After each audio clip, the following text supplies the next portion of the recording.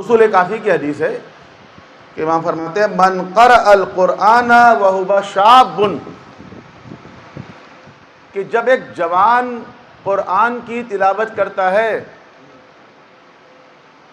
जब एक जवान क़ुरआन की तिलावत करता है, शाबुन मुअमिनुन, मुअमिन जवान, इख्तलतल क़ुरआन बिलहमिही व दमिही, तो क़ुरआन उसके खून और गोश्त में शामिल हो जाता है।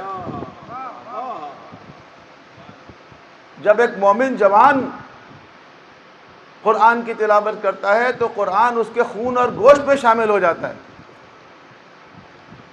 जैसे आप वैक्सीन लगाते हैं तो ये वैक्सीन जो है खून और गोश्त में शामिल हो जाता है।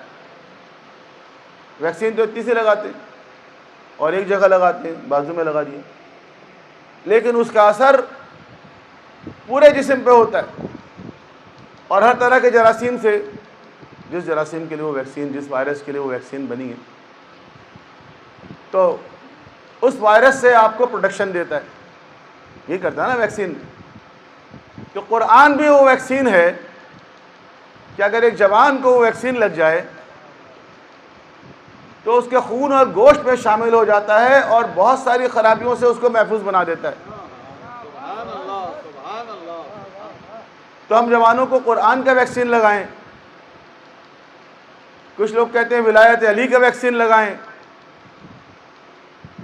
तो देखें, विलायत अली का वैक्सीन और कुरान का वैक्सीन अलग अलग नहीं है। अल कुरान व मा अली व अली व मा अल कुरान। सलावत पढ़े मोहम्मद वाले मोहम्मद पे।